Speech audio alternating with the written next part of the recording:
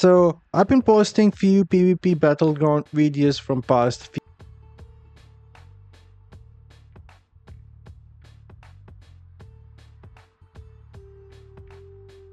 and crowd control, and we have a really good mobility plus damage. So overall pretty good build, also make you a bit more tankier. And if that sound interesting, we are going to dive into the build right away, and I will share few different variation for the set pieces and maybe some essences that you can try out as well. So starting with the skills will remain same, of course.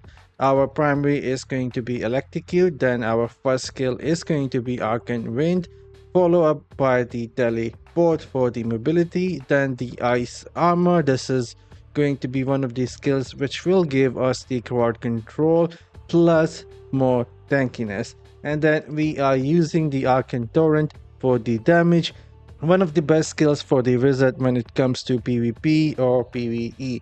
Now the skills are out of the way. Let's dive into the modifiers that we will be using. Then I will talk about what else you can change here to your liking.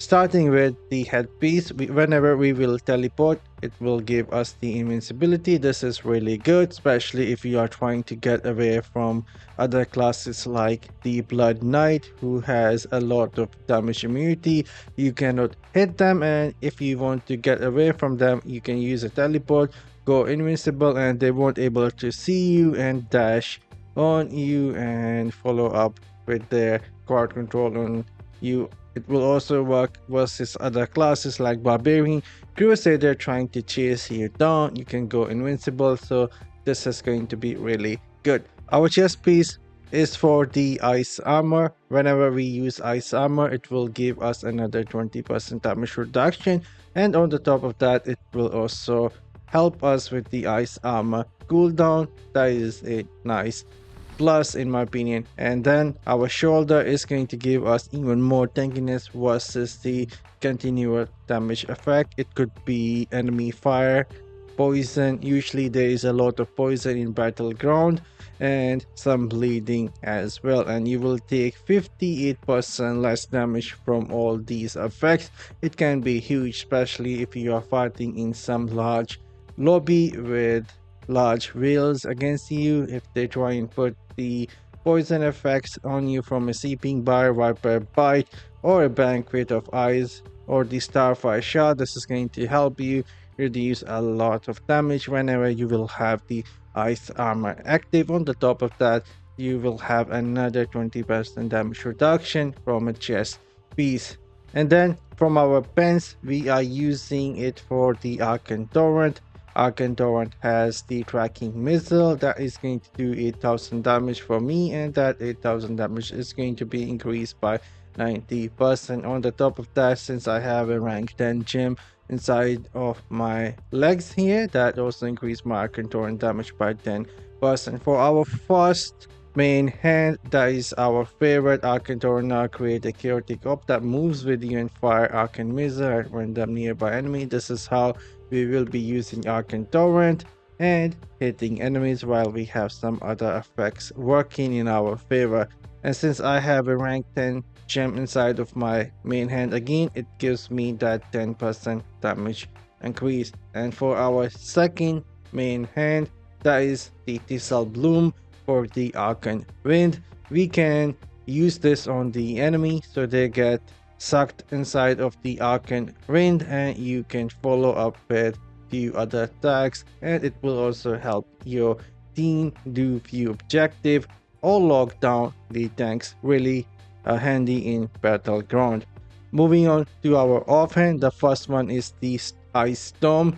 Whenever we will activate the ice armor, there is going to be a storm surrounding us that is going to chill the enemy, and since we are using arcane torrent, we can suck those enemies inside with the arcane torrent and chill them with our ice armor, and follow up with our second offhand.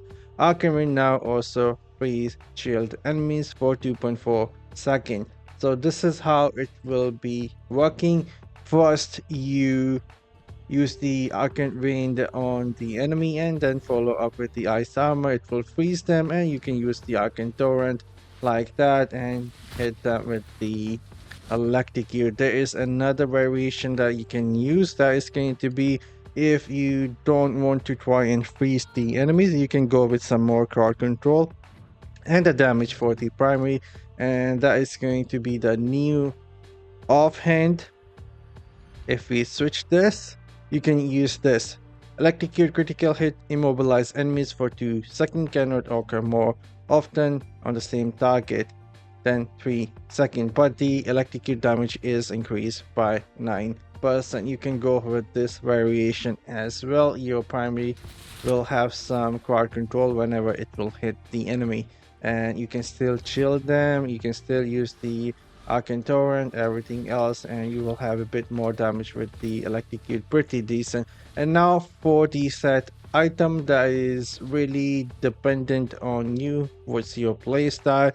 You can go with 4-piece mount back for more tankiness, and then you can go with 2 pieces of Ritus to increase the duration of your ice armor effects, and the Arcane Torrent as well. It will also help you with few other gems in this build. If you don't want more tankiness from the secondary gear pieces, then you can try and go with 4-piece Grace of the Flagellant.